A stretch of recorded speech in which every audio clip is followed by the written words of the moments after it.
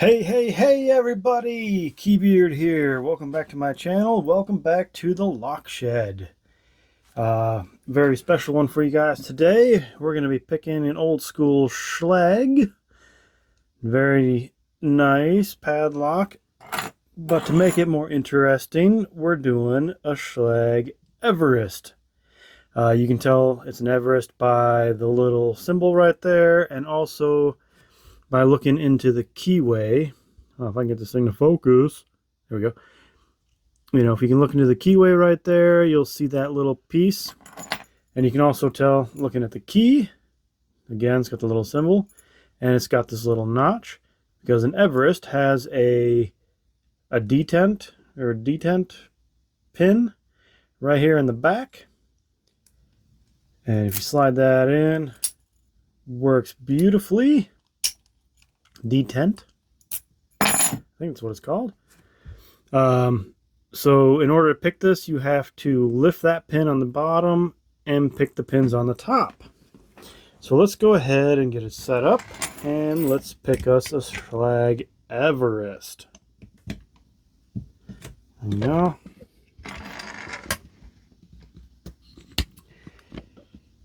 There we go, kind of like that. Make sure it's nice and tight. Okay. I'll be using top of the keyway. And to start off, we are going to lift that detent. I'm going to use a thin 15 thousandths DeForest diamond. And we're going to pick it. One second here. There we go. We're going to pick this straight up. So let's see. You should be able to see that core move. There you go, slight movement. So that means I picked that bottom D10 pin. So now all I have left are those top pins. Let's see what I can do here. And I'm using a deep hook, 25 thousandths. So let's begin. Nothing on one. And I'm using very heavy tension.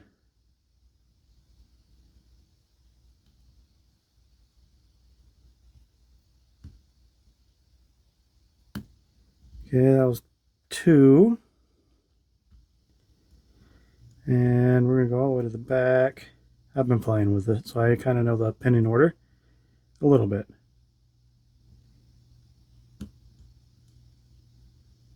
6, 5,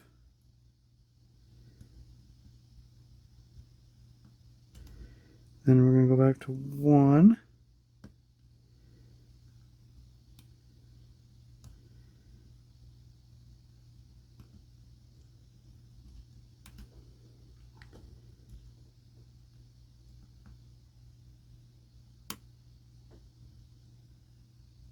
Okay.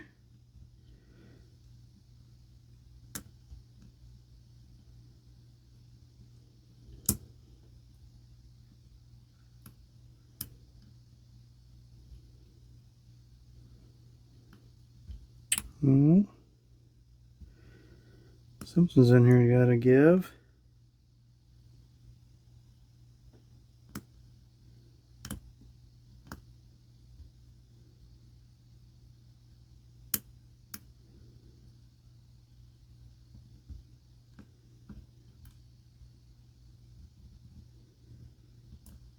Not really feeling anything. I might have overset something. So we're going to go ahead and recock it and start over. Get that detent again.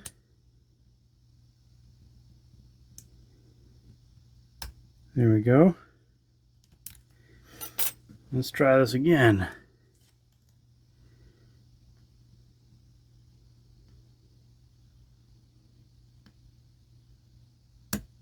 It was 2.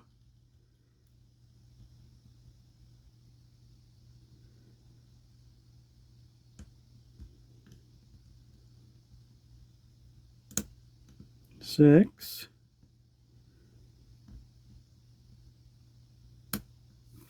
5,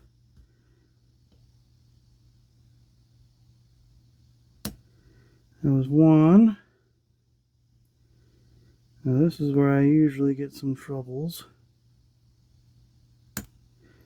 Okay, that was 3.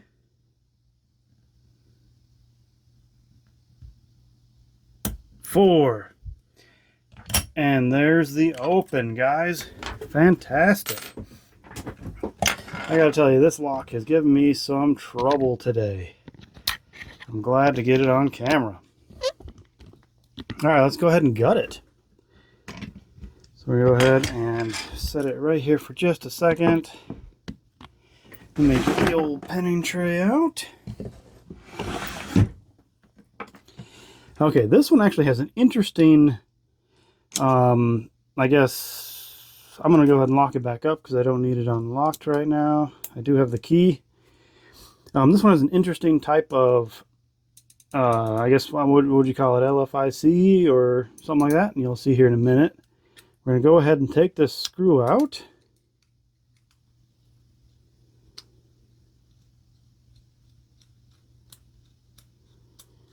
Okay. Now if you notice, it didn't just fall out. These are actually pressure pinned in. Or not pressure pinned in, but it's kind of like a not really sure how to describe that. It's kind of spring loaded on either end. So you actually have to kind of use the key to push it in. Like so. I'm going to turn the key a little bit, and then I'm going to use, for my own safety, a screwdriver like this, and I'm going to pull this out. So, slowly but surely. There we go. Nice. There we go. Now, if you notice on this core, I'm going to show you this guy real quick. It's actually kind of springy, so what happens is when that screw goes in, it'll twist in there and actually push this apart, which holds it all in there. Okay, we got this out of there. Let's go ahead and gut it. There we go. Let's go ahead and get this tailpiece off, which I actually had to modify. This isn't the original core for that padlock. But I wanted to put an Everest core in it, so I did. But what I had to do is I actually had to reposition this hole here for that pin onto this side. So this is the original actuator for this padlock, and when I got this core, it didn't fit, so I had to just file a nice hole right here for it so it'll fit ever so nicely. Alright, so let's get this out of there. Go ahead and knock that spring out. I guess it doesn't want to come out today. You can see it right there. Let me grab a follower. I'm pretty sure I'm using this guy. Yeah. Can get the key.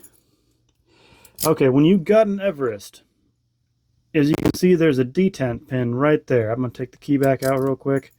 There's a detent pin. That's that pin on the bottom that you have to lift up to get this so you can start picking the top pins.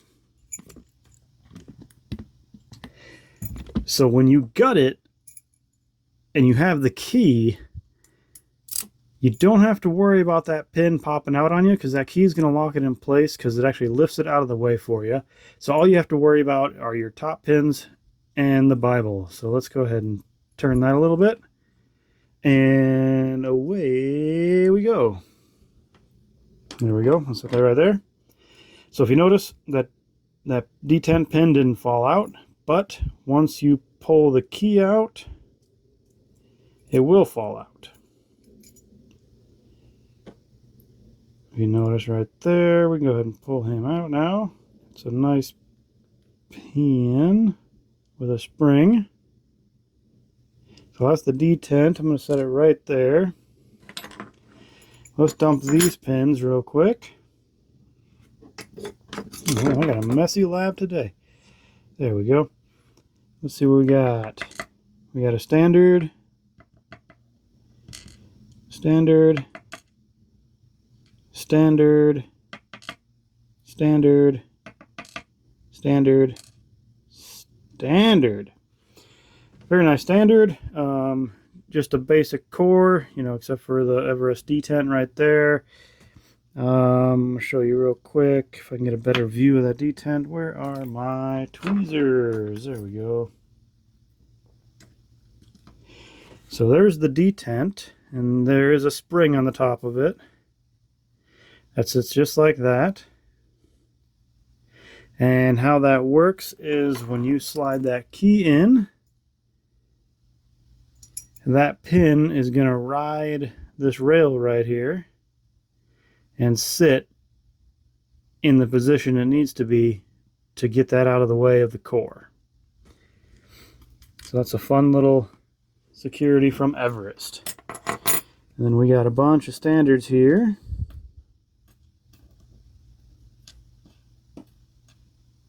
There we go. All right, let's see what's in here.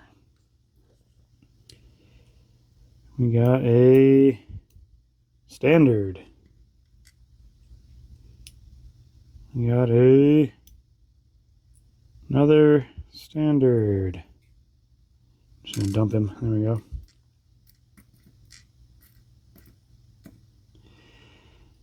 Then next in line, another standard.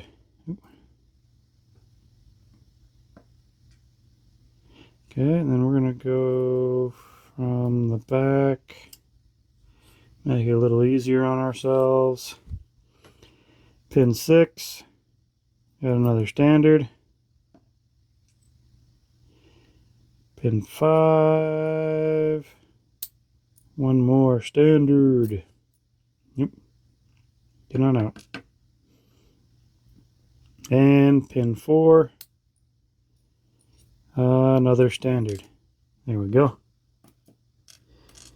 So we're going to lay those all out nice and flat. And as for the springs, they're all the same spring, the basic copper ones that you get in every Schlage. There we go. Let's line them all up nicely. Put our ducks in a row.